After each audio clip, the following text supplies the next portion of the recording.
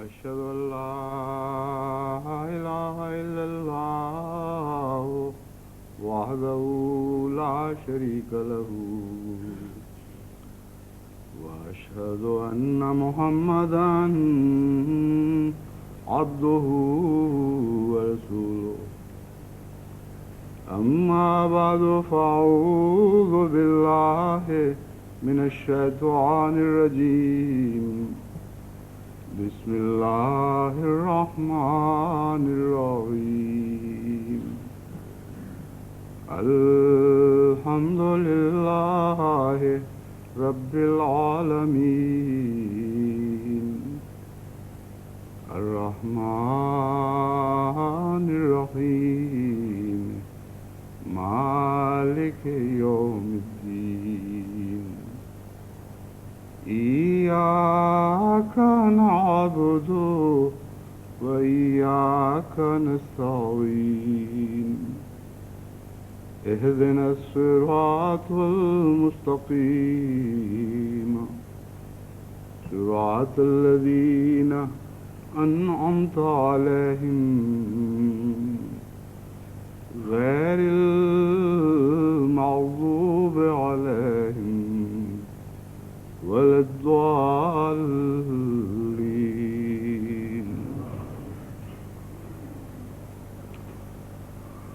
اللہ تعالیٰ کے فضل اور اس کے غیر معمولی احسان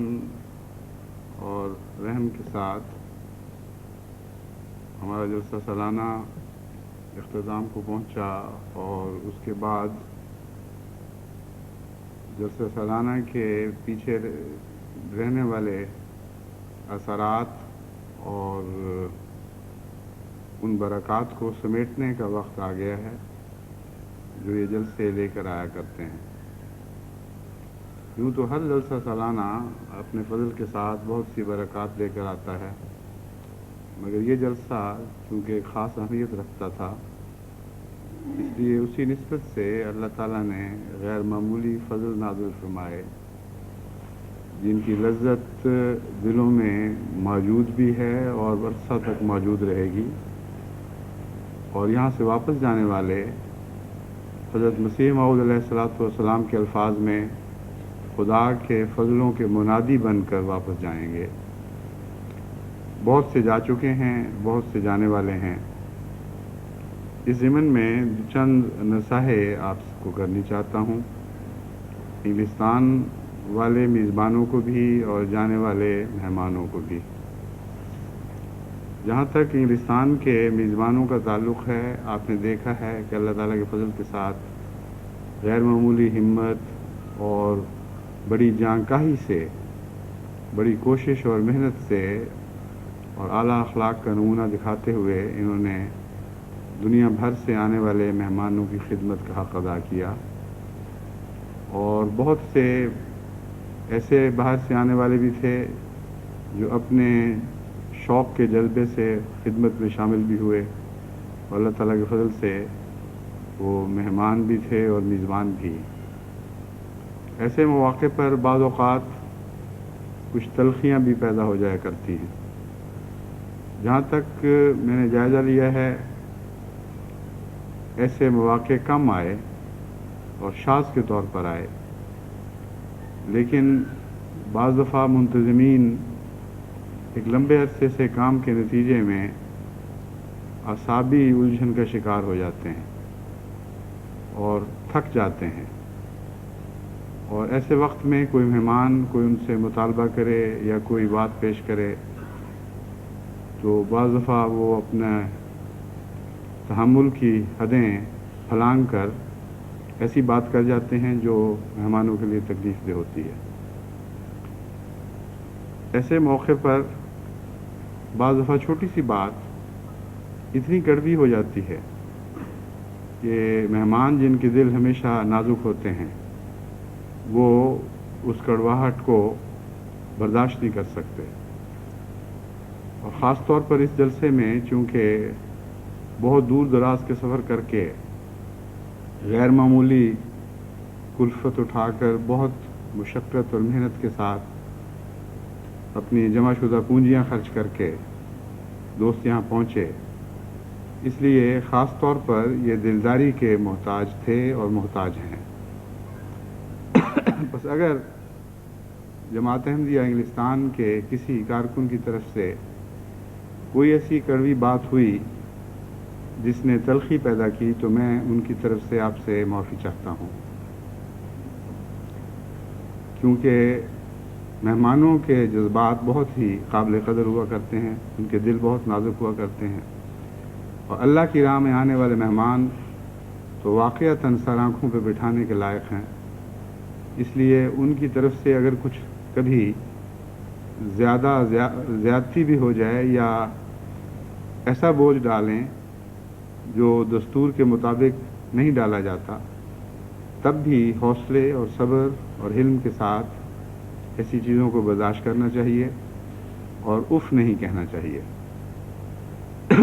حضرت اقدس محمد مصطفیٰ صلی اللہ علیہ وآلہ وسلم کے ارشادات سے ثابت ہے کہ بعض دفعہ بہت ہی نیک اور برگزیدہ لوگوں سے بھی، جن کی نیکی اور برگزیدگی میں کوئی شک نہیں ہوتا، جن کے اخلاص میں کوئی شک نہیں ہوتا، جن کی للہی خدمت میں کوئی شک نہیں ہوتا، ایک ایسی بات نکل جاتی ہے جو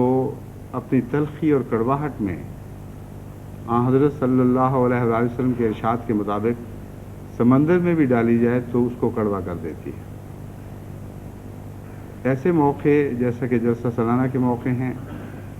ایسے موقع پر اس قسم کی بات بعض دفعہ غیر معمولی طور پر ساری مہمان نوازی میں کڑواہٹ پیدا کر دیتی ہے۔ اس لیے کسی کو متہم کرنے کی بجائے، کسی ایک بات کا تذکرہ چھیڑنے کی بجائے میں نے مناسب سمجھا کہ آنے والے مہمانوں سے اس بات کی معافی چاہوں،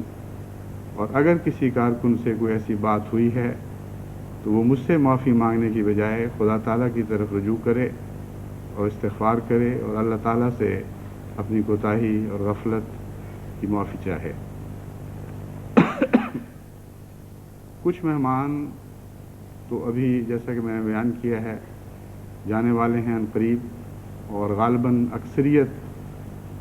موجود اس جمعہ اور اگلے جمعے کے درمیان رخصت ہو چکی ہوگی، لیکن کچھ مہمان شاید ابھی یہاں ٹھہریں۔ کچھ ایسے مہمان ہیں جن کو حکومت نے لمبا عرصہ ٹھہرنے کی اجازت دی ہے اور ان کے عزیز اور اقربا خود نہیں چاہتے کہ وہ جلدی رخصت ہوں۔ ایسے مہمانوں کا تعلق انفرادی طور پر بعض خاندانوں سے ہے، اور اپنے وعدوں کی پابندی کی حدود میں رہتے ہوئے اگر قانون شکنی کیے بغیر وہ ٹھہرنا چاہیں تو کسی کو ایسے ٹھہرنے والوں پر اعتراض کا حق نہیں۔ کچھ ایسے ہیں جو بعض مجبوریوں کے پیش نظر قانون کی حدود میں رہتے ہوئے جماعت کی اجازت سے یہاں کچھ عرصے کے لیے ٹھہر رہے ہیں۔ ان کے بھی اگر اپنے کچھ ٹھکانے ہوں، اپنے عزیزوں اور دوستوں کی طرف وہ ٹھہر سکتے ہوں، تو میں ان دوستوں اور عزیزوں سے خود درخواست کرتا ہوں کہ چونکہ یہ غیر معمولی حالات میں آئے ہوئے اللہ کے مہمان ہیں، اس لیے ان کے ساتھ غیر معمولی مہمان نوازی کا سلوک کیا جائے، اور جو بھی تکلیف اس راہ میں پہنچے اسے اللہ کی خاطر برداشت کرنے کی کوشش کریں اور وسیع حوصلہ دکھائیں۔ انصار نے تو اپنی آدھی جائیدادیں مہاجرین کی خدمت میں پیش کر دی تھی اور مستقلاً اپنے گھر پیش کر دیے تھے۔ ان آنے والوں کے مطالبے تو کوئی نہیں، میری طرف سے یہ مطالبہ ہے کہ جن کو بعض جماعتی ضرورتوں کے پیش نظر یا بعض ایسے حالات میں یہاں کچھ عرصہ ٹھہرنا پڑے جو قانونی حدود کے اندر ہو اور جماعت کی اجازت سے ہو، تو ان کے لیے جہاں تک مقامی انگلستان کے احمدیوں کا تعلق ہے وہ للہی خدمت کے جذبے سے مہمان نوازی کے لیے اپنے آپ کو پیش کریں، اور چند ماہ کی بات ہے، اس کے بعد انشاءاللہ یہ لوگ بھی جیسا کہ باقی سب مہمان رخصت ہو رہے ہیں، جہاں بھی خدا نے ان کا مقدر بنایا وہاں رخصت ہوں گے۔ نظام جماعت کی طرف سے بھی اگر ان کا کچھ انتظام ہو سکتا ہے تو اس سلسلے میں میں نے ایک کمیٹی مقرر کی ہے، وہ حالات کا جائزہ لے کر مشورہ دے گی یہ جماعت کس حد تک مزید ان کی دیکھ بھال کر سکتی ہے۔ بہرحال جو مہمان تشریف لائے ہیں ان کو بھی اس صورتحال کو پیش نظر رکھتے ہوئے یہی کوشش کرنی چاہیے کہ کم سے کم بوجھ بنے۔ اللہ تعالیٰ نہایت عمدگی کے ساتھ نہایت پاکیزہ محبت کے ماحول میں ان معاملات کو طے کرنے کی توفیق عطا فرمائے۔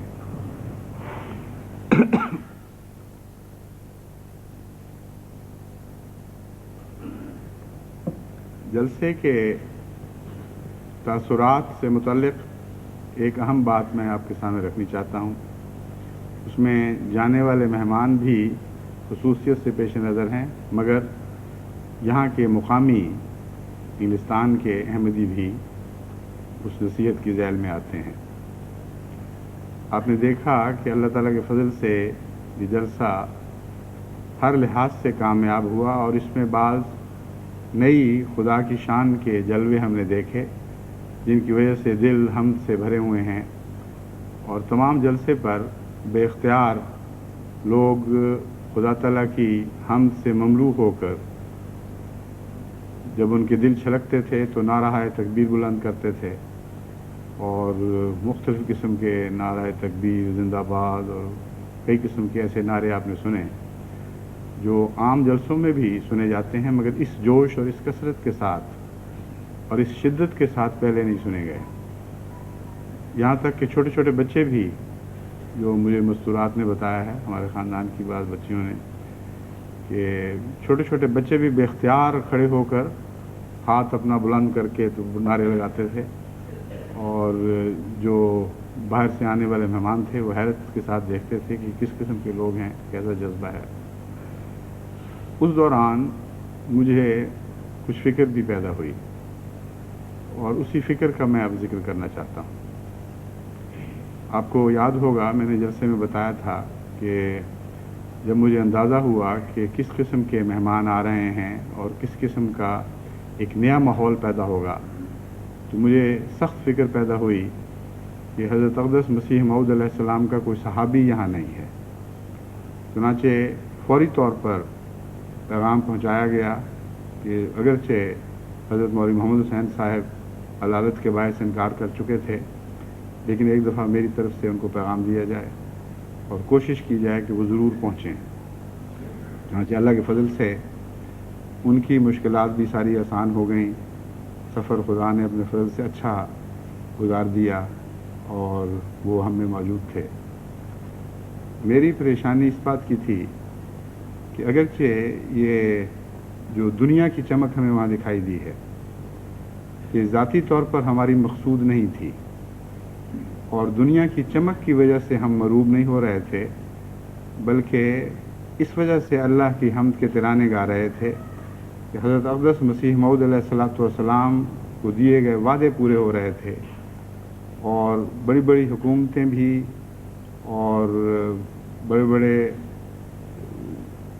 صاحب سطوت لوگ جماعت کی طرف مائل ہوتے نظر آ رہے تھے، اور اس وجہ سے جو حمد کے جوش میں نعرہ تکبیر بلند ہوئے وہ در حقیقت دنیا کی چمک سے مروب ہو کر نہیں، بلکہ اس لیے ہوئے کہ دنیا کی چمک صداقت سے مروب ہو چکی ہے، اور حضرت مسیح موعود علیہ السلام کی صداقت نے یہ جلوے دکھائے ہیں کہ دور دور سے دنیا کے اکابرین کھنچے ہوئے چلے آئے، اور کس محبت اور جوش کے ساتھ انہوں نے جماعت احمدیہ کی تائید میں اپنے خیالات کا اظہار کیا۔ یہ جو فرق ہے یہ ہمیشہ میرے سامنے رہا، اور مجھے یقین ہے کہ آپ سب کے سامنے بھی رہا ہوگا، لیکن یہ خدشہ ضرور ہے کہ بعض لوگ اس چمک سے مروب ہو کر اس چمک کی طرف ہی مائل نہ ہو جائیں، اور ان کی نگاہیں اس شیشے پر نہ ٹھہر جائیں جس نے خدا تعالیٰ کی رحمتوں اور فضلوں کا انعکاس کیا تھا۔ شیشہ تو ایک ایسی چیز ہے جو اپنی ذات میں نہ کوئی رنگ رکھتی ہے نہ کوئی نقش رکھتی ہے، بلکہ اگر کسی بدصورت آدمی کو اس میں دکھایا جائے تو وہ بدصورتی پیش کرے گا، اگر کوئی حسن دکھایا جائے تو وہ حسن پیش کرے گا۔ یہ لوگ جو یہاں آئے ان کو شیشوں کے طور پر دیکھنا چاہیے، اپنی ذات میں ان شیشوں سے محبت نہیں ہونی چاہیے، اگرچہ شیشے کی احسان مندی ایک الگ مسئلہ ہے جس نے بڑی خوبصورتی سے ایک جلوے کو آپ کے سامنے پیش کیا،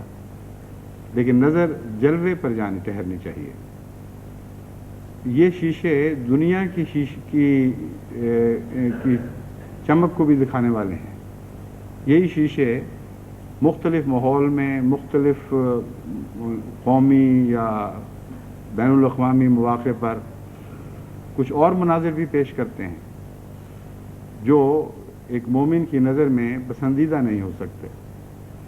اس لیے محبت شیشوں سے نہ کریں، بلکہ محبت اس جلوے سے کریں جو جن شیشوں نے آپ کو دکھایا، اور وہ اللہ کے نور کا جلوہ تھا، خدا تعالیٰ کے وعدوں کے پورا ہونے کا جلوہ تھا، حضرت مسیح موعود علیہ الصلوۃ والسلام کے پیغام کے دنیا میں پھیلنے کا جلوہ تھا۔ اور اس کے بعد چونکہ ایک حد تک کچھ نہ کچھ ملونی دنیا کی چمک بھی ہم نے دیکھ لی، اس لیے استغفار کی طرف مائل ہونا بہت ضروری ہے۔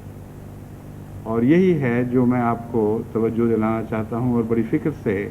اس کی طرف متوجہ کرنا چاہتا ہوں۔ یہاں سے جب آپ لوٹیں گے اور خدا کے فضلوں کے منادی بنیں گے تو جماعتوں کو بھی بتائیں کہ حکومتوں کے تعلق سے ہمارے دل مروب نہیں ہیں، حکومتوں کے تعلق سے ہمارے رستے نہیں بدل سکتے، ہمارے رخ خدا کی طرف ہیں اور خدا ہی کی طرف رہنے چاہیے۔ اور کوئی اس سفر کے دوران ایسی منزل جہاں غیر آ کر آپ کے مقام پر کچھ دیر سستائیں، آپ کو اپنی طرف مائل کرنے والے نہ بنیں اور اپنے رستوں سے ہٹانے والے نہ بنیں۔ یہ مضمون ہے جس کو آپ کو ہمیشہ پیش نظر رکھنا چاہیے اور کثرت سے استغفار کرنی چاہیے۔ اور اگر اس موقع پر آپ کے نعروں اور آپ کے جوش میں کوئی دنیا کی ملونی شامل ہو گئی تھی تو خصوصیت کے ساتھ استغفار کی ضرورت ہے۔ تبھی میں نے حضرت مولوی محمد حسین صاحب کو وہاں پیش کر کے بتایا کہ کچھ وہ لوگ ہیں جو دنیا کی حکومتوں اور دنیا کی عظیم قوموں کے نمائندے کے طور پر آئے ہیں، وہ ہمارے لیے بحیثیت مہمان بہت معزز ہیں، لیکن ہماری اصل عزت اس بزرگ کی ذات میں ہے جس نے حضرت مسیح موعود علیہ الصلوۃ والسلام کی صحبت پائی تھی اور جن کی برکتیں آپ حاصل کریں تاکہ آئندہ صدی میں ان برکتوں کو پھیلانے والے بن جائیں اور آئندہ صدی ان تابعین سے برکت پائے جنہوں نے حضرت مسیح موعود علیہ الصلوۃ والسلام کے صحابہ سے برکت پائی ہو۔ اس ضمن میں مزید غور کرتے ہوئے بعض مشوروں کے دوران میری توجہ اس طرف مبذول ہوئی کہ جماعت کی ٹھوس تربیت کی طرف جتنی توجہ ہونی چاہیے وہ ابھی تک کما حق وہ نہیں ہوئی۔ اس ضمن میں جب میں نے مزید غور کیا تو اس رنگ میں اس بات کو پیش کیا ہی نہیں جا سکتا۔ امر واقعہ یہ ہے کہ کبھی بھی دنیا میں تربیت کا حق ادا ہو ہی نہیں سکتا، یہ ایک لامتناہی سلسلہ ہے، اس کا کوئی کنارہ نہیں ہے۔ اس لیے ہر مقام پر جب ہم ترقی کی راہوں میں سفر کرتے ہوئے پہنچیں گے تو یہ بات ہمیشہ پیش نظر رکھنی چاہیے، آئندہ بھی ہمیشہ پیش نظر رہنی چاہیے کہ کوئی مقام بھی ہماری آخری منزل نہیں ہے، اور گزشتہ سفر کے نتیجے میں جو سبق ہم نے سیکھے ہیں ان سے استفادہ کرتے ہوئے، اپنے ماضی سے روشنی لیتے ہوئے مستقبل کے لیے ہمیں روشنی تلاش کرنی چاہیے اور مستقبل کے لیے زیادہ بہتر لائحہ عمل طے کرنا چاہیے۔ اس لیے جب میں نے کہا کہ ہم تربیت کی طرف کما حق توجہ نہیں کر سکے تو میری مراد یہ نہیں تھی کہ نعوذ باللہ جماعت تربیت سے غافل رہی ہے. میری مراد یہ ہے کہ جب جس منزل پر بھی میں دیکھتا ہوں مجھے بہت سے خلا دکھائی دیتے ہیں، اپنی ذات میں بھی اور اپنے ماحول میں بھی، اور میرا یقین اور زیادہ بڑھ جاتا ہے کہ خدا کے سوا کوئی کامل نہیں ہے اور خدا کی طرف حرکت کرنا ہی کمال ہے. اس لیے جماعت کو خدا کی طرف متحرک رکھنے کے لیے اور ہمیشہ جماعت کا قدم آگے بڑھانے کے لیے مؤثر پروگرام اور نہایت عمدہ پرحکمت منصوبے بناتے رہنا چاہیے، اور اس ضمن میں ہر درجے کو ملحوظ رکھنا چاہیے. جہاں تک عمومی اخلاقی تعلیم کا تعلق ہے، گزشتہ چند سالوں سے میں اپنے خطبات میں اس بات پر زور دیتا رہا ہوں، لیکن مجھے اپنے ماضی کے تجارب سے یہ بات یاد آئی ان پر غور کرتے ہوئے کہ ابھی بنیادی ٹھوس تربیت میں بہت سی کمی موجود ہے. اور اگر ہم اپنے دیہات کے احمدیوں اور چھوٹے بچوں اور نوجوانوں کو بھی سامنے رکھیں تو آپ یہ بات معلوم کر کے یقیناً دکھ محسوس کریں گے کہ ایک اچھے احمدی مسلمان کا جو معیار ہونا چاہیے علمی اور روزانہ کے دستور کا، وہ اس بنیادی سطح پر آپ کو تسلی بخش صورت میں دکھائی نہیں دے گا. میں جب سفر کیا کرتا تھا وقف جدید کے سلسلے میں یا خدام الاحمدیہ کے یا بعد میں انصار اللہ کے سلسلے میں، تو اکثر میرا رجحان اس طرف ہوا کرتا تھا کہ بجائے اس کے کہ تقریر کر کے اور جوش دلا کے واپس آ جاؤں، مجالس میں بیٹھ کر پوچھا کرتا تھا کہ آپ کو کلمہ سنائیں، سورہ فاتحہ سنائیں اور نماز کا ترجمہ بتائیں، حضرت مسیح موعود علیہ الصلوۃ والسلام کے زمانے کے حالات سے متعلق کوئی سوال کر دیا. اس دوران مجھ پر یہ انکشاف ہوا کہ اس پہلو سے خدام الاحمدیہ، انصار اللہ اور دیگر انجمنوں کو ابھی بہت محنت کرنا باقی ہے. اور اسی دوران مجھے یہ بھی محسوس ہوا کہ صحیح تلفظ میں بہت نقائص پائے جاتے ہیں، اور سورہ فاتحہ جن کو آتی بھی ہے یا نماز کا باقی حصہ جن کو ازبر بھی ہے، وہ بھی صحیح عمدہ تلفظ کے ساتھ اس کو ادا نہیں کر سکتے. اور اسی طرح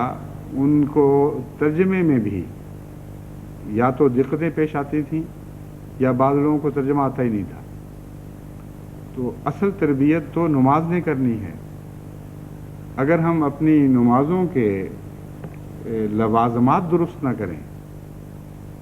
تو باوجود اس کے کہ ہم تعلق باللہ پر زور دیتے ہیں اور یہ کہتے ہیں کہ اللہ تعالیٰ کی محبت کا لطف اٹھائیں نماز میں، مگر وہ لطف اٹھانے کا جو طریق حضرت صلی اللہ علیہ وآلہ وسلم نے سکھایا تھا اس سے غافل رہتے ہوئے ہم ہرگز اس لطف اٹھانے کی متعلق وہ توقعات نہیں رکھ سکتے جو ایک حضرت صلی اللہ علیہ وآلہ وسلم کے مکتب میں پڑھے ہوئے تربیت یافتہ متعلم یا طالب علم کو حاصل ہو جاتا. وہ لذتیں، حقیقی روحانی لذتیں جو ایسے طالب علم کو حاصل ہو سکتی ہیں اور جو ترقیات اس کو نصیب ہو سکتی ہیں، ان کے ساتھ ایک ایسا شخص مقابلہ نہیں کر سکتا جو ان باتوں کے ذاتی علم سے عاری ہو اور نماز کے میں جو پڑھتا ہے اس کے مطالب سے ناواقف ہو اور محض محبت کے نام پر خدا تعالیٰ سے کچھ باتیں کرتا ہو. محبت دونوں صورتوں میں ضروری ہے، اس میں کوئی بھی شک نہیں. خواہ ایک بہت ہی بڑا عالم جو نماز کے ایک ایک لفظ کی تہ تک بھی پہنچ سکتا ہو اور اس کے ہر قسم کے مطالب پر اس کو عبور ہو، اگر نماز پڑھے اور خدا کی محبت سے عاری ہو تو اس کو کچھ بھی حاصل نہیں ہوگا. لیکن یہ کہنا کہ صرف محبت کافی ہے اور حضرت اقدس محمد مصطفیٰ صلی اللہ علیہ وآلہ وسلم کے سکھائے ہوئے طریق سے الگ رہ کر وہ محبت کافی ہو سکتی ہے، درست نہیں. کیونکہ محبت بھی حضرت اقدس محمد مصطفیٰ صلی اللہ علیہ وآلہ وسلم ہی سے ہم نے سیکھنی ہے. اور نماز میں جو آپ نے قرآن کریم کی آیات چنی، مثلا سورہ فاتحہ، یا اور قرآن کریم کے مضامین اور مطالب سے دعائیں لے کر نماز میں داخل فرمائیں، یا جو تسبیح و تحمید ہمیں نماز میں پڑھنے کی ہدایت فرمائی، یہ سارے امور محبت الہی پر مبنی تھے اور محبت الہی کے مختلف پہلوؤں کی طرف متوجہ کرنے والے تھے. اس لیے محبت اگر ایک شخص کی انفرادی ہو اور وہ صاحب عرفان نہ ہو تو وہ محبت اس کو بہت زیادہ بلند مقام تک نہیں پہنچا سکتی. محبت کی بھی تو بے شمار منازل ہیں، محبت بھی تو ایک لامتناہی چیز ہے. کیسے محبت کرنی ہے، یہ مضمون ہے جس کو اگر آپ پیش نظر رکھیں تو قرآن کریم سے صاف پتہ چلتا ہے کہ ویسے محبت کرنی ہے جیسے حضرت صلی اللہ علیہ وآلہ وسلم نے کی تھی. ان کنتم تحبون اللہ فاتبعونی یحببکم اللہ. اے محبت کے دعوے دارو، اگر تم خدا سے محبت کرنا چاہتے ہو فاتبعونی یحببکم اللہ، میری طرح کرو جس طرح میں کرتا ہوں، تب خدا تم سے محبت کرے گا. یعنی محبت کا جو آخری پھل ہے وہ تمہیں مل جائے گا. خالی ایک طرف کی محبت کے کیا معنی ہیں؟ اگر جس سے محبت ہے وہ منہ موڑے رکھے اور اس کا وصل نصیب نہ ہو تو یک طرفہ محبت تو صحرا میں آوازیں دینے کے مترادف ہے. اس لیے قرآن کریم کی آیت اتنی کامل، ایسی حسین ہے کہ بارہا میں نے اس کا ذکر کیا ہے مگر میں تھکتا نہیں. کیسا عمدہ کلام ہے. فرمایا اے خدا کی محبت کے دعوے دارو، اگر تم محبت کرنا چاہتے ہو تو اے محمد ان سے کہہ دے کہ میری طرح کرو. اور اس کا کیا نتیجہ ہوگا؟ خدا تم سے محبت کرے گا. کتنا عظیم الشان پھل ہے. لیکن اگر حضرت صلی اللہ علیہ وآلہ وسلم کی طرح محبت نہیں کریں گے تو کچھ نہ کچھ تو خدا کا پیار مل سکتا ہے، لیکن اس آیت کا کوئی مومن مصداق نہیں بن سکتا. اس لیے نمازوں کے اوپر مزید گہری توجہ کی ضرورت ہے. اور اس سلسلے میں جیسا کہ میں نے بیان کیا ہے، ہر احمدی بچے بڑے کو 100% نماز کا ترجمہ آنا چاہیے، اس کے آداب آنے چاہیے، نماز کے سلسلے میں جو لوازمات ہیں وہ معلوم ہونے چاہیے اور متعلقہ مسائل معلوم ہونے چاہیے. اس سلسلے میں ہمارے پاس جو کمی ہے وہ اساتذہ کی ہے. وقف جدید کے معلمین بھی اسی خاطر دیہات میں پھیلائے گئے تھے کہ وہ جا کر اس تربیت کی کمی کو دور کریں گے. لیکن ایک تو مشکل یہ ہے کہ خود وقف جدید کے جو معلمین تھے ان کا اپنا معیار اتنا بلند نہیں تھا، اور دوسرے یہ کہ وہ بہت ہی تھوڑے ہیں جماعت کی تعداد کے مقابل پر. جماعت کی تعداد تو اب کثرت سے پھیلتی بھی چلی جا رہی ہے، اور وقف جدید کے معلمین تو پہلے بھی پورے نہیں آ سکتے تھے. ایک پاکستان میں آپ دیکھ لیں ہزاروں جماعتوں میں 100 سے کم معلمین کس طرح اپنے فرائض ادا کر سکتے ہیں اور ضرورتوں کو پورا کر سکتے ہیں. اور دنیا کے اکثر حصوں میں وقف جدید ہے بھی نہیں. ایسے معلم کہاں سے آئیں گے؟ اس کا ایک حل میرے ذہن میں آیا جس کے متعلق میں نے اپنے مرکز سے آنے والے ناظروں وغیرہ کو نصیحت کی ہے کہ کیسٹ سے ہم اس سے استفادہ کر سکتے ہیں اور اس کمی کو دور کر سکتے ہیں. اس ضمن میں اب اس خطبے کے ذریعے ساری دنیا کی جماعتوں کو یہ نصیحت کرتا ہوں کہ کیسٹس میں تربیتی پروگرام اور تعلیمی پروگرام اس طرح بھریں جیسے ایک بالکل چھوٹے بچے اور ان پڑھ کو کوئی چیز سکھائی جا رہی ہو. اور یہ نہ سوچیں کہ ایک کیسٹ میں آپ تیزی سے کوئی مضمون بھر دیں اور توقع رکھیں کہ لوگ بار بار سنیں گے، بلکہ تھوڑی بات پھیلا کر کریں اور بار بار کریں. یہاں تک کہ ایک کیسٹ اگر پوری نماز کو نہیں سنبھال سکتی تو نہ صحیح 2 کیسٹس لگا دیں، 3 لگا دیں. لیکن جو شخص بھی کیسٹ سننا شروع کرے ساتھ ساتھ اس کو بات یاد ہوتی چلی جائے، اس کا مضمون ذہن نشین اور دل نشین ہوتا چلا جائے۔ اس مقصد سے تمام دنیا میں خصوصاً دیہاتی علاقوں میں ٹھوس تربیت کے پروگرام مرتب ہونے چاہیے، اور افریقہ میں ہر زبان میں جو افریقہ میں بولی جاتی ہے اسی طریقے سے کیسز تیار کیے جائیں، کیونکہ جیسا کہ آپ نے دیکھ چکے ہیں اس کثرت سے اب اللہ تعالیٰ کے فضل سے افریقہ میں احمدیت کی طرف رجحان ہوا ہے کہ خوشی اور تشکر کے جذبات کے ساتھ اسی قدر فکر کے جذبات نے بھی دل کو گھیر لیا ہے کہ ان لوگوں کی تربیت ہم کیسے کریں گے۔ تو میں سمجھتا ہوں کہ چونکہ یہ نئے زمانے کی ایجادات اسلام کی خدمت کے لیے ہی دراصل انسان کو عطا ہوئی ہیں، اس لیے ان سے پورا استفادہ کرنا چاہیے۔ گزشتہ چند سالوں سے ہم نے افریقہ میں ہر قسم کے جدید آلات جماعتوں کو مہیا کرنے شروع کیے ہوئے ہیں، اور کیسٹس کے علاوہ ویڈیوز بھی اور آڈیو ویڈیو کے دوسرے جو بھی نئے ذرائع انسان کو عطا ہوئے ہیں ان سے جماعت کو بھی مستفید کرنے کے لیے پروگرام بھی ہیں، اور ساتھ ساتھ جس حد تک توفیق مل رہی ہے وہ آلات مہیا بھی کیے جا رہے ہیں۔ تو جہاں تک آڈیو ویڈیو کا تعلق ہے، یعنی ویڈیو کے ذریعے پروگرام دکھانے کا، افریقہ اور بعض دوسرے ممالک میں، غریب ممالک میں، وہ شاذ کے طور پر استعمال تو ہو سکتے ہیں، چند مجالس میں تو استعمال ہو سکتے ہیں، روزمرہ کی زندگی میں وہ کارآمد نہیں ہو سکتے۔ روزمرہ کی زندگی کے لیے آڈیو کیسٹس جن کا صرف سننے سے تعلق ہے، تصویریں ساتھ نہیں ہوتی، اور چھوٹے چھوٹے کیسٹس ریکارڈر کے اندر وہ سنی جا سکتی ہیں، کیسٹس بالکل ہلکے چھوٹے چھوٹے کیسٹ ریکارڈر نکل آئے ہیں جو ایک فیملی کی ضرورت کو تو بہت عمدگی سے پورا کر سکتے ہیں۔ لیکن بعض غریب ممالک ایسے ہیں جہاں یہ بھی پوری طرح موجود نہیں، اور بھاری علاقے، بڑے بڑے علاقے ہیں جہاں بہت کم آڈیو کیسٹس لوگوں کے پاس موجود ہوں۔ اس لیے جہاں تک ان غریب ممالک کا تعلق ہے، انشاءاللہ تعالی اس نئی تحریک کے نتیجے میں جو میں نے آپ کے سامنے رکھی تھی، افریقہ اور ہندوستان کے غریب علاقوں کے لیے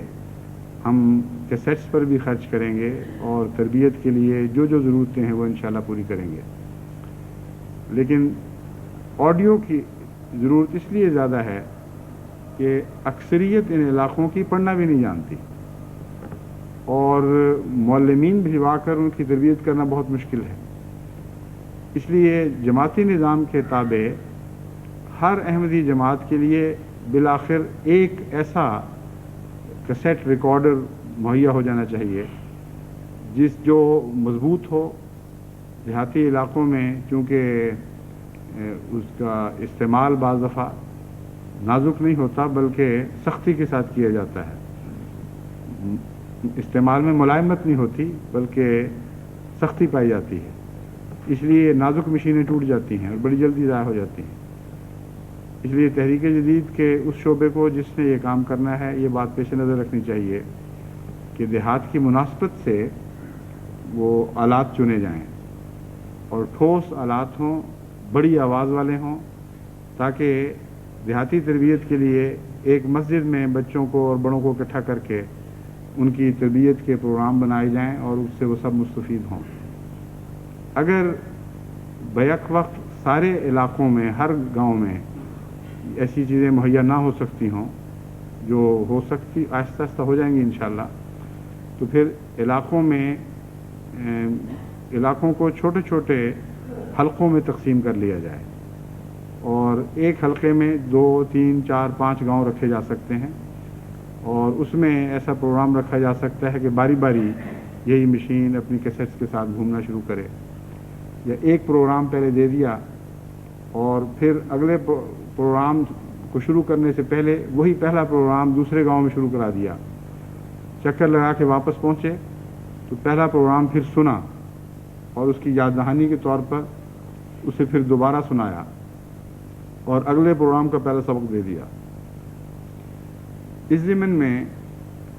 ایک بہت اہم بات بتانے والی یہ ہے کہ اتنا ایمبیشس پروگرام، اتنا وسیع ولولے والا پروگرام پہلے نہ بنا لیں کہ وہ ہضم نہ ہو سکے لوگوں کو. چھوٹے پروگرام پہلے بنائیں اور ان کو عام کر دیں. اس کے بعد آرام سے بیٹھ کر پھر دوسرا پروگرام سوچیں اور پھر اس کو کیسٹس میں بھر کر پھر مہیا کرنا شروع کریں. ایک نماز کے سے شروع کریں تو پھر نماز کے بعد اگلے قدم بھی اٹھائیں. نماز کے علاوہ روزمرہ کے مسائل جو ایک مسلمان کو معلوم ہونے چاہیے ان پر تربیتی پروگرام ریکارڈ کیے جائیں.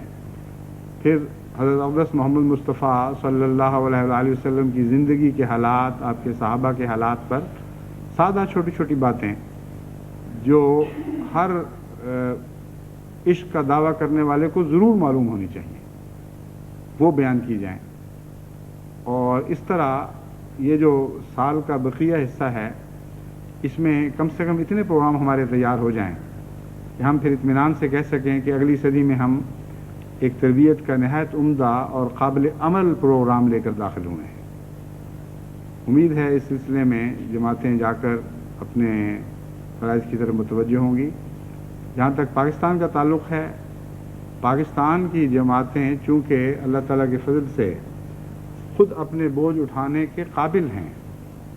اس لیے میں نے پاکستان کا نام نہیں لیا تھا اس تحریک میں. ایک ہمارے معزز بزرگ ہیں جنہوں نے مجھے توجہ دلائی کہ آپ نے افریقہ اور ہندوستان کے نام تو لے لیے لیکن پاکستان کا نام بھول گئے. اس کی وجہ یہ ہے، مجھے اس سے ان کے توجہ دلانے سے خیال آیا کہ ہو سکتا ہے اور دنوں میں بھی یہ خیال پیدا ہو. نعوذ باللہ کسی ناراضگی کے نتیجے میں نہیں بلکہ خوش اعتقادی کے نتیجے میں یہ بات ہوئی ہے. مجھے پورا یقین ہے، پورا اعتماد ہے کہ پاکستان کی جماعتیں اللہ کے فضل سے خود کفیل ہیں. نہ صرف خود کفیل ہیں بلکہ جب تک حکومت کے قوانین اجازت دیتے تھے وہ دنیا کی جماعتوں کے بھی بوجھ بھی اٹھائے ہوئے تھی. اس لیے یہ کیسے ممکن ہے کہ اپنے بوجھ خود نہ اٹھا سکیں. تو جہاں تک پاکستان کی جماعتوں کا تعلق ہے وہ اپنے اللہ کے فضل کے ساتھ اپنی ساری ضرورتیں خود پوری کرتی رہیں گی اور ان ضرورتوں کو وہ خاص طور پر پیش نظر رکھیں. پروگرام کے متعلق ایک دفعہ پھر میں بتاؤں کہ نماز اس طرح سکھانی شروع کرنی ہے کہ پہلے نماز کے کچھ لوازمات بتائے جائیں کہ نماز اور نماز کا مختصر تعارف کروایا جائے. پھر اس کے بعد کہا جائے کہ اب تیار ہو نماز یاد کرنے کے لیے. اور پھر نماز کی ایک ایک سطر یا ایک ایک آیت جو بھی صورت ہو وہ آہستگی سے پڑھ کر سنائی جائے. جو غلطیاں عموماً ان علاقوں میں تلفظ کی پائی جاتی ہیں ان کی طرف ساتھ ہی توجہ بھی دلائی جائے اور متنبہ کیا جائے کہ بعض لوگ واو کو بے پڑھ جاتے ہیں اور بے کو واو پڑھ جاتے ہیں. اسی طرح شین سین میں فرق نہیں کر سکتے. اور بھی بہت سے علاقائی تلفظ کے رجحانات ہیں جو ان کے روزمرہ قرآن کریم کی تلاوت میں دقتیں پیدا کر دیتے ہیں. تو جس علاقے میں جو تلفظ کی غلطیاں پائی جائیں بتایا جائے کہ ہم نے یہ پڑھا تھا بسم اللہ الرحمن الرحیم ہے، بسم اللہ نہیں ہے یا بسم اللہ نہیں ہے. آپ غور سے سنیں، اس کو اس طرح ادا کرنا ہے. اور جہاں ٹھہرنا ہے وہاں ٹھہر کے بتایا جائے کہ یہاں ٹھہرنا ہے، جہاں نہیں ٹھہرنا وہاں یہ بتایا جائے کہ یہاں نہیں ٹھہرنا. اور رفتہ رفتہ آہستگی کے ساتھ خوب اچھی طرح تلفظ سمجھاتے ہوئے ایک دفعہ نماز کے ایک حصے سے گزار دیا جائے. پھر کہا جائے کہ اب ہم آہستہ آہستہ اس کی رفتار کو کچھ تیز کریں گے، آپ ہمارے ساتھ شامل ہوں. پھر رفتہ رفتہ اس کی رفتار تیز کر کے ان کو بتایا جائے. پھر کچھ دیر کے بعد کہا جائے کہ اب ہم اچھی تلاوت کی آواز کے ساتھ اسی چیز کو دوبارہ پڑھ کے سناتے ہیں. آپ میں اگر کوئی ترنم کا جذبہ ہے، ترنم کا شوق ہے تو آپ اس آواز کی نقل کی کوشش کریں یا اسی طرز پر پھر اپنی آواز میں جو آپ کو پسند ہے وہ ترنم کے ساتھ ان نماز کی تلاوت کر کے دیکھیں، کم سے کم قرآن کریم کے حصے کی. بلکہ اسی کی ہونی چاہیے، باقی تو ترنم کی ضرورت نہیں ہے. تو یہ سکھایا جائے. پھر اس کے بعد نماز کے ترجمے کی طرف متوجہ ہوں. آہستہ آہستہ اسی طریق پر وہ ترجمہ سکھائیں، آخر تک پہنچیں، کچھ حکمتیں بیان کریں. اور یہ جو کورس ہے یہ کم سے کم 10-15 دن تک جاری رہنا چاہیے. یہ ایسا کورس نہیں ہے جو ایک دن میں ختم ہو سکے یا چند دنوں میں بھی ختم ہو سکے. میرا اندازہ ہے کہ اگر اس طریق پر اچھی طرح سمجھا کر پیار کے ساتھ کیسٹس تیار کی جائیں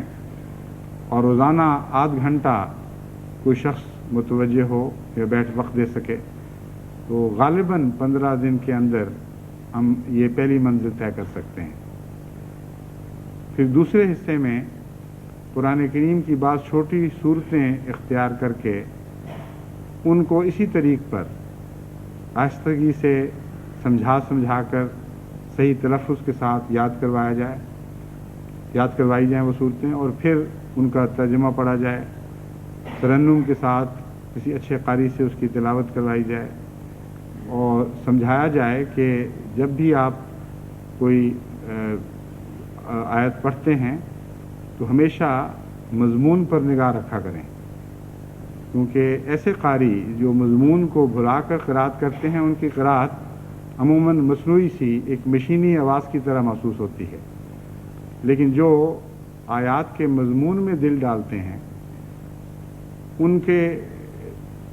کی تلاوت دل سے نکلنی شروع ہو جاتی ہے، کیونکہ دل آیات کے مضمون میں ڈوبا ہوا ہوتا ہے. اور اس سے پھر اللہ تعالیٰ کے فضل سے نہ صرف یہ کہ ان کو نئے نئے مطالب نصیب ہوتے رہتے ہیں، بلکہ سننے والے بھی اس لذت کو محسوس کرتے ہیں جو دل کی تلاوت میں پائی جاتی ہے، دوسری تلاوت میں آ نہیں سکتی. تو اس مضمون پر بھی روشنی ڈالتے ہوئے احباب جماعت کی، بچوں کی، بڑوں کی تربیت کرنی چاہیے. لیکن یہ خیال نہ کریں کہ آپ کے بڑوں کو سب کچھ آتا ہے اس لیے بچوں کی کلاسیں لگائیں گے. میرا یہ تجربہ ہے کہ ہماری بعض بڑی نسلیں بھی ان چیزوں سے ناواقف ہیں، اور جب ہم بچوں کی طرف توجہ کرتے ہیں تو بڑے خالی رہ جاتے ہیں. پھر بعض دفعہ بڑوں کی طرف توجہ کرتے ہیں تو مسجد میں کیونکہ اکثر مرد آتے ہیں، عورتیں محروم رہ جاتی ہیں. اس لیے یہ پروگرام ایسے ہونے چاہیے جس میں جماعت کا کوئی طبقہ بھی محروم نہیں رہنا چاہیے. اور عورتوں کو خصوصیت سے یہ باتیں یاد کرانی اس لیے ضروری ہیں کہ اگر ان کو یاد ہو جائیں تو پھر اگلی نسلوں کی تربیت وہ خود سنبھال سکتی ہیں. بچیوں کو اگر یہ چیزیں یاد ہو جائیں تو آئندہ کی نسل کی حفاظت ہو جائے گی. تو یہ پروگرام صبر آزما ہے، محنت طلب ہے، وقت چاہتا ہے، لیکن اتنا ضروری ہے کہ اس کو ہر پروگرام پر اب اولویت دینی چاہیے. تمام دنیا کی تمام ایسی زبانوں میں جہاں احمدی موجود ہیں اس قسم کی تربیتی کیسٹس تیار ہوں، مقامی لوگوں کی اچھی آواز میں وہ تلاوتیں سنائی جائیں اور قرآن کریم کی آیات، چیدہ آیات اور بعض چھوٹی صورتیں حفظ کروائی جائیں اور پھر ان کے مطالب ساتھ بیان کیے جائیں. یہ پروگرام جب آگے بڑھے اور یہ حصہ آپ طے کر چکے ہیں پھر اس طرف متوجہ ہوں یا بعض صورتوں میں بیک وقت بھی ایک اور پروگرام ساتھ چلایا جا سکتا ہے کہ جلسے ریکارڈ کیسٹس میں بھر کر دیہات میں پہنچائے جائیں. یہ تجربہ میں نے وقف جدید میں کیا تھا اور اگرچہ تھوڑے پیمانے پر ہوا لیکن اللہ تعالیٰ کے فضل سے جہاں جہاں ہوا اس کے بہت ہی شاندار اور حوصلہ افزا نتائج نکلے. جلسہ سے مراد میری یہ ہے کہ ہم عموماً جب معلمین کو، انسپکٹران کو یا دیگر جماعتی نمائندوں کو دوروں پر بھجواتے ہیں تو یہ توقع رکھتے ہیں کہ وہ اس اعلیٰ معیاری جلسہ وہاں منعقد کرا سکیں گے اور جماعت پوری طرح اس سے استفادہ کر سکے گی. حالانکہ بہت سے ایسے آپ کے سلسلے کے کارکن ہیں یا خدام اور انصار کے نمائندہ ہیں جن کی اپنی تلاوت اچھی نہیں ہے یا تلاوت صحیح کر سکتے ہیں تو آواز بھونڈی ہے، بے اختیاری ہے بیچاروں کی، اس میں اختیاری کسی کا کوئی نہیں۔ وہ جو آپ نے سنے ہوں گے قصے کہ وہ آواز اچھی کرنے والی گولیاں ملتی ہیں بازاروں میں، یہ سب جھوٹ قصے ہیں محض۔ آواز اللہ کی ودیع انعام ہے، اس کی طرف سے ایک تحفہ ہے، جس بیچارے کو نصیب نہ ہو مجبور ہے۔ بعض تو میں نے دیکھا ہے تلاوت ایسی خوفناک کرتے ہیں کہ لوگ بھاگتے ہیں اس سے۔ وہ آپ نے سنا ہوا قصہ، ایک جگہ کہتے ہیں ایک بہت ہی خوش الحان اذان دینے والا اذان دیا کرتا تھا، ہندو آبادی تھی، اور اس کا ایسا اثر تھا، اس کی آواز کا ایسا جادو تھا کہ جن ہندو گھروں تک وہ آواز پہنچتی تھی وہ اسلام کی طرف مائل ہونے لگ گئے۔ ایک ہندو ساہوکار کی بیٹی یہ روزانہ سنتی تھی اور اس کی دن بدن حالت بدلتی چلی گئی اور اسلام کی محبت اس کے دل میں بھر گئی۔ تب اس کے باپ کو خیال آیا کہ اس کا کچھ کرنا چاہیے، یہ نصیحتوں سے تو مانے گی نہیں۔ اس نے اس مؤذن کو بہت سے پیسے دیے کہ میاں تم یہ گاؤں چھوڑ جاؤ، اور ایک نہایت ہی بد آواز والے شخص کو پیسے دیے کہ تم یہاں مؤذن بن جاؤ، اور چند دنوں میں ہی دیکھتے دیکھتے اس کا سارا اثر ظاہر ہو گیا۔ یہ لطیفے کے طور پر سنا ہوا ہے، قصے کے طور پر، لیکن محض قصہ نہیں ہے، ان باتوں میں بڑی گہرائی ہے۔ اس لیے ایسے مربیان یا ایسے معلمین یا الگ دوسرے نمائندگان جو مختلف جماعتوں میں جاتے ہیں، ہرگز ضروری نہیں ہے کہ ان کی تلاوت اچھی ہو، ان کی آواز اچھی ہو اور وہ اثر پیدا کر سکیں۔ پھر ان کی تقریر کے انداز بھی الگ الگ ہوں گے، اور ایک سلسلے کے عالم کی تقریر کا مقابلہ تو وہ نہیں کر سکتے، اور پھر علماء میں بھی فرق ہے۔ اس لیے ان باتوں کو سوچتے ہوئے مجھے خیال آیا کہ پورا جلسہ ریکارڈ کراؤں۔ چنانچہ اس زمانے میں نیا کیسٹ ریکارڈر ایجاد ہوا تھا، اس میں میں نے ایک جلسہ بنایا، ایک بہت اچھی تلاوت میں کسی سے نظم پڑھائی، پھر ایک مضمون پر خاص موضوع چن کے اس میں تقریر بھروائی، اور خیال تھا کہ جب یہ مقبول ہوا اور اس کے اچھے اثرات ہوئے تو پھر مختلف موضوعات پر جلسے بنا لیے جائیں گے، اے جلسہ، بی جلسہ، سی جلسہ، اور کبھی ایک جلسہ ہو جائے پھر اگلی دفعہ دوسرا جلسہ اس گاؤں میں ہو جائے، اور اگر ترتیب کے ساتھ ہم سارے دیہات کو تقسیم کر لیں نمبروں کے لحاظ سے تو ہر نیا نمائندہ اپنے ساتھ ایک گاؤں میں ایک نیا پروگرام لے کر پہنچ سکتا ہے، اور بہت سے ایسے مضامین جو ان دیہاتوں تک نہیں پہنچتے، اور جلسے میں بھی سب کو کہاں توفیق ملتی ہے، ایک بہت معمولی حصہ ہے جو جلسے تک پہنچ سکتا ہے۔ دور دور کی جماعتوں کے لوگ تو بہت بھاری تعداد میں محروم رہ جاتے ہیں، پھر جلسے پر آنے والے بھی ہر وقت جلسہ نہیں سنتے، مصروفیات ہیں کئی قسم کی، پھر وہ جب سن رہے ہوتے ہیں تو توجہات ادھر ادھر ہو جاتی ہیں، پھر جلسے کی تقریروں کے انتخاب میں مقاصد اور ہوتے ہیں بعض دفعہ، اور ٹھوس بنیادی تربیت مسلسل جلسے کی تقریر کا مقصد نہیں ہوتی۔ تو اس پہلو سے اگر اچھے مضامین کا انتخاب کیا جائے، اچھی نظمیں پڑھنے والے کی نظمیں اس میں ریکارڈ کی جائیں، اور ایک جلسہ بنا لیا، اس کو پہلے پھیلا دیا، پھر اس عرصے میں ایک اور جلسہ بنا لیا، اور یہ جلسے ہر علاقے کی ضرورتوں کے مطابق مختلف ہوں گے۔ ایک پروگرام ہر جگہ نافذ نہیں ہو سکتا، لیکن ایک طرز ضرور نافذ ہو سکتی ہے۔ تو امید ہے کہ اس پہلو سے بھی جماعتیں متوجہ ہوں گی، اور گاؤں گاؤں میں، بستی بستی میں ایسے تربیتی اجلاس شروع ہو جائیں گے۔ جہاں تک تبلیغی اجلاسوں کا تعلق ہے، پاکستان جیسے ملک میں یا بعض اور ممالک میں ان پر تو پابندی ہو بھی سکتی ہے کسی حد تک، اور کی جاتی ہے، دخل اندازی کی جاتی ہے، تربیت کے پہلو سے بھی کریں گے وہ، لیکن الا ماشاء اللہ اکثر دیہات میں اس کی سہولت ہوگی، اور میں نہیں سمجھتا کہ اس پروگرام کو نافذ کرنے میں پاکستان جیسے ملک میں بھی کسی قسم کی دقت ہو، اور اگر ہو تو جماعت اللہ تعالیٰ کے فضل سے قربانی کے میدانوں میں بڑی ثابت قدمی سے آگے بڑھ رہی ہے اور ہر قسم کے دباؤ کو بڑی مومنانہ جرأت اور بہادری سے رد کر رہی ہے اور مقابلے کے لیے دن بدن اور زیادہ آمادہ ہوتی چلی جا رہی ہے۔ اس لیے یہ پروگرام اپنی ذات میں اتنے مفید اور اتنے گہرے اور ضروری ہیں کہ اگر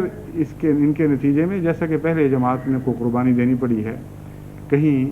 کچھ قربانی دینی پڑے تو میں نہیں سمجھتا کہ پاکستان کی جماعت اس معاملے میں کسی قسم کا تردد کا اظہار کرے۔ جہاں تک باقی دنیا کا تعلق ہے، جو آزاد دنیا ہے، جہاں انسانی قدروں کی حفاظت کی جاتی ہے، جہاں انسانی قدروں کی قدر کی جاتی ہے، یہ ساری دنیا وسیع پڑی ہے آپ کے سامنے، اور احمدیت کے صداقت کے تحت اقدام ہے، احمدیت کی صداقت کے قدموں کے نیچے ہے، تو یہاں تو کسی قسم کی روک کا سوال ہی نہیں پیدا ہوتا۔ کھلے دل کے ساتھ خدا پر توکل کرتے ہوئے، حکمت کے ساتھ، دعاؤں کے ساتھ آگے قدم بڑھاتے رہیں اور ٹھوس تربیت کا یہ بقیہ سال بنا دیں، اور بقیہ سال نہیں بلکہ اس ساری صدی کو ٹھوس تربیت کی صدی بنانا ہے۔ اور یہ جو آپ کام کریں گے، میں آپ کو یقین دلاتا ہوں کہ اس کے بہت ہی نیک اثرات اور ٹھوس اثرات مدتوں تک نسلاً بعد نسل ظاہر ہوتے چلے جائیں گے اور بنی نوع انسان کو فائدہ پہنچاتے رہیں گے،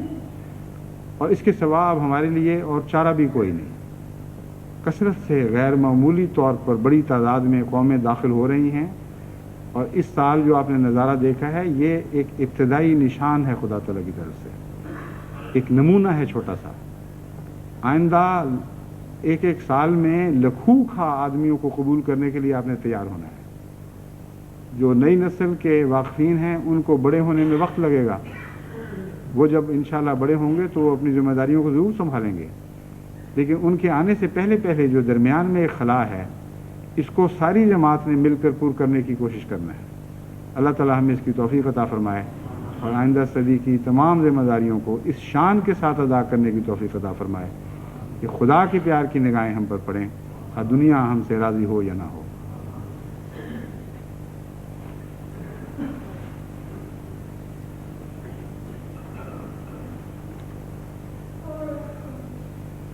الحمدللہ نحمدہ ونستعینہ ونستغفرہ ونؤمن بہ ونتوکل علیہ ونعوذ باللہ من شرور انفسنا ومن سیئات اعمالنا من یہدہ اللہ فلا مضل له ومن يضلله فلا هادي له ونشهد أن لا إله إلا الله وحده لا شريك له ونشهد أن محمدا عبده ورسوله عباد الله رحمكم الله إن الله يأمر بالعدل والإحسان وإيتاء ذي القربى وينهى عن الفحشاء والمنكر والبغي يعظكم لعلكم تذكرون اذكروا الله يذكركم وادعوه يستجب لكم ولذكر الله أكبر